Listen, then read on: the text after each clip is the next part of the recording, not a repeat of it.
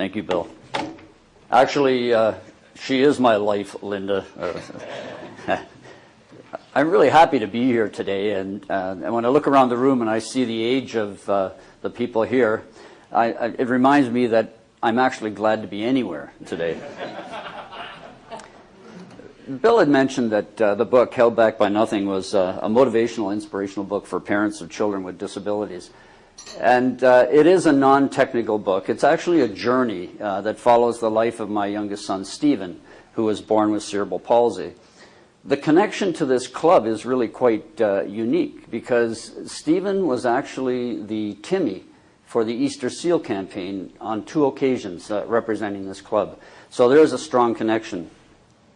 Where Stephen is today, his achievements, the book, are all partly responsible for, or due in part, I should say, to this club and to the Kids Ability Center.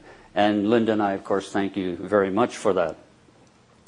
Over the years, despite the mountains that Stephen had to climb and the difficulties he faced, he's always remained very positive. And we'd be hard-pressed to find one time that he actually complained about his lot in life. When I was involved in the special education program at the board, and with the Rotary Center as well at the time, and now Kids Ability, the one thing that really came through from parents of children with disabilities was one question. And that question is, what's going to happen to my child when they turn to be a young adult? What's going to happen to them? Are they going to be okay? The book is a way of telling these people that they can be okay. That if they have the proper supports at home, they will be okay. I don't know if you knew this or not, but in most countries, but specifically in Canada, there are lots of supports that are available for children with disabilities and for their families. In fact, in Ontario, we probably have the best of anywhere in the world. We've got the Kids Ability Center, we've got physiotherapists, we've got clinics, we've got special education programs and services at the school. And they all go a long way to help these parents. But unfortunately, when the child reaches high school, these supports begin to decline. And by the time they become a young adult, they virtually all but disappear. So it's quite important that we find ways to help these people. And I think one way to help them is to give them the motivation and the inspiration to go on and to stretch beyond what they've been told by others that they can accomplish. So we're going to try the new technology here. Isn't that amazing? That's actually Linda's favorite suit for Stephen. The thesis of the book is really quite simple, and that is that it's to offer hope to the parents of children with disabilities. It's to tell them that their child can be okay. And in the book, we look at things like defining your child's life. Who has the right to do that? Stretching beyond the limitations that have been set by others and by yourself, and the importance of team.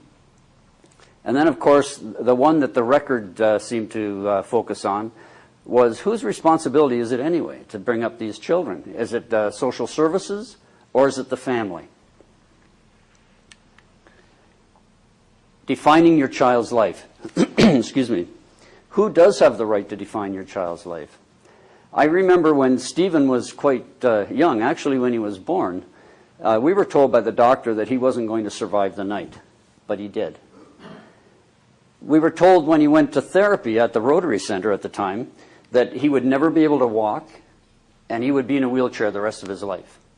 He walks with crutches. When he entered school, the teachers counseled us that Stephen didn't have the ability to read or write, and therefore he was never going to be able to go anywhere in school. He would probably not even complete his graduation. Well, Stephen went on, he finished high school, and he actually graduated from college.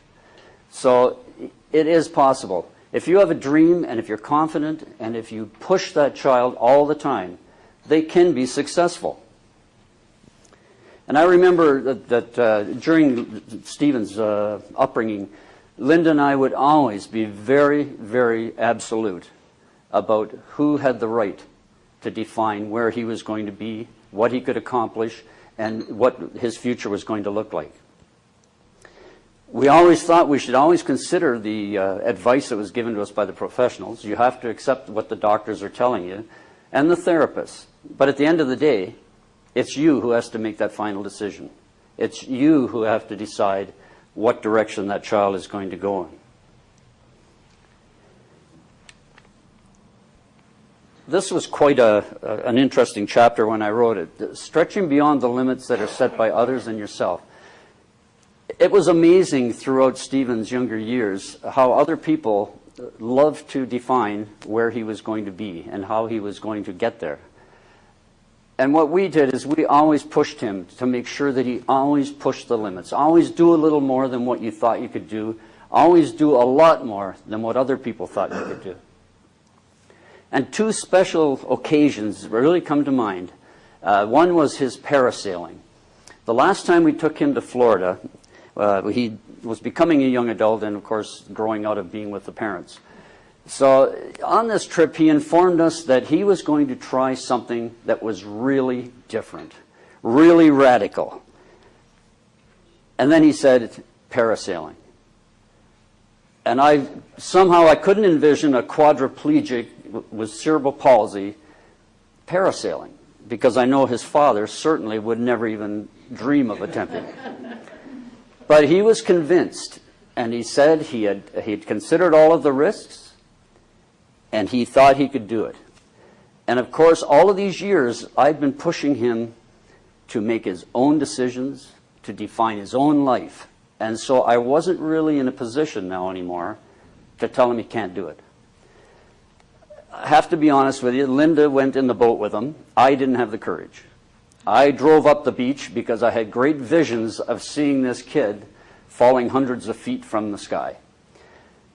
But he did it. He was towed at a high rate of speed, lifted out of the water, hundreds of feet above the Gulf of Mexico, and I'm sure hanging on for dear life with every ounce of strength he had in his body.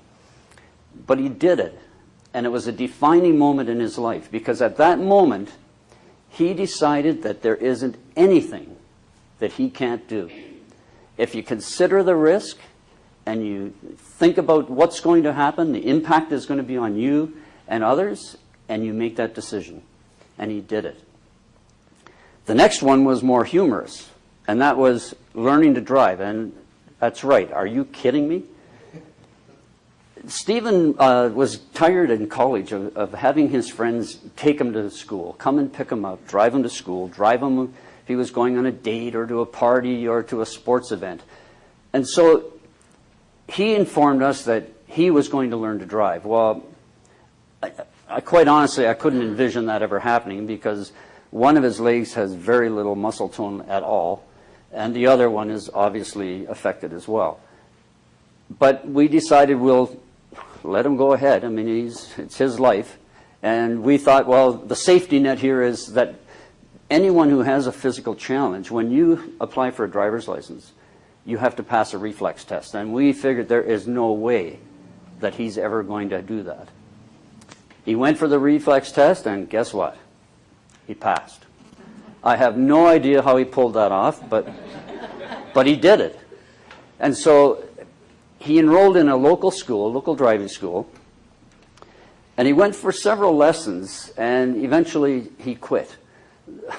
This particular driving school boasted of being able to teach persons with disabilities how to drive. That was one of their expertise. Well, as it turned out, the driving instructor was extremely nervous, very impatient, and very rude. And Stephen, after investing several $100s at that time, decided that he was going to drop out of the program. And we were breathing a little easier, because we thought, well, whew, got that one out of the way. And I could see my car without any dents in it.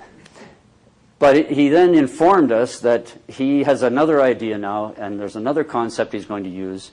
We now have someone else who is going to teach him to drive, and he's not going to worry about someone getting angry at him. And so we asked him, well, who is this going to be? Guess what? Me. Well, you know, I was actually quite surprised, because I did have the patience. I'm not sure if I was in shock or what. But I did take him out. I never once got angry with him, despite the snowbanks that we hit, the near car doors we took off, the number of times that my life flashed before my eyes. He actually didn't do too bad, although I must admit my heart was in my throat all the time. And it was a near-death experience, I'm sure. But at the end of the day, he went for his driver's test, and he passed. And so even today, he drives a car. The sidewalks aren't safe yet, but he's still out there driving.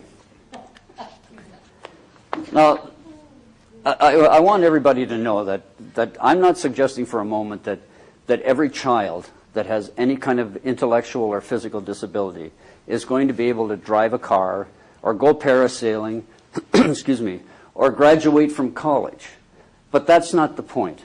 The point is that they've got to have a dream and a goal, and you have to be behind them to make sure that they're always going after that goal. Now, it could be a small goal. It could be writing their own name or getting dressed themselves or perhaps taking a step. But the important thing isn't so much the success, it's the journey. And if we can keep them always trying to do just a little bit more, then they're going to be extremely happy and they're going to be successful. I've got to keep my eye on the time here. We didn't find out Stephen had cerebral palsy until he was 2 years old. And I had accepted a job with the Hockey News, and we had moved to Montreal.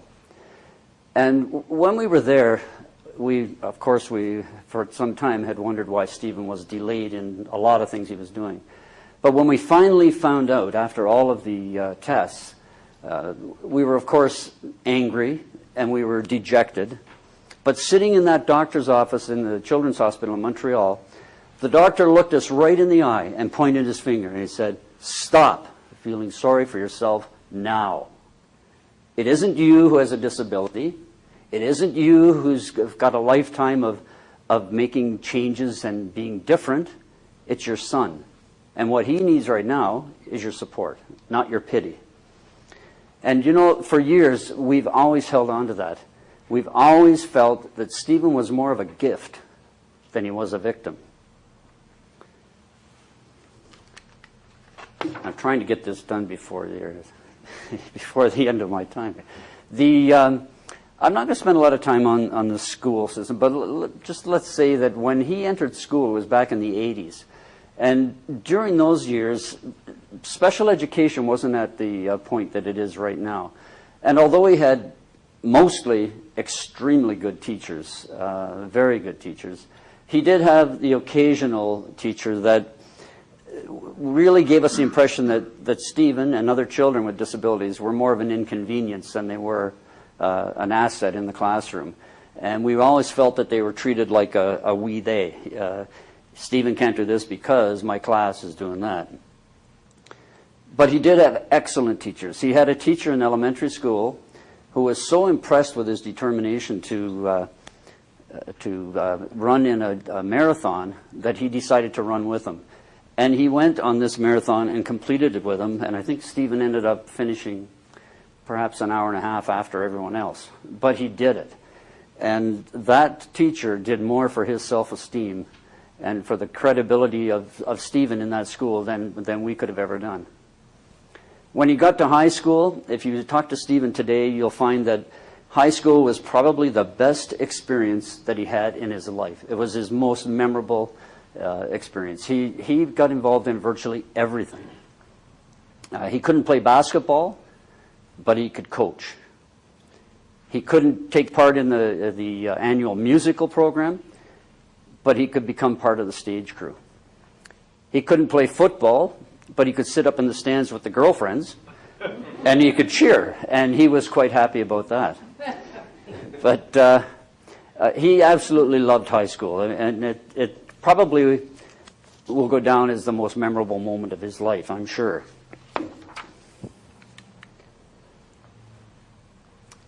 Dr. Jim Israel, and I'm sure most of you know Jim, he wrote the foreword to the book. And his point when he reviewed the book was how important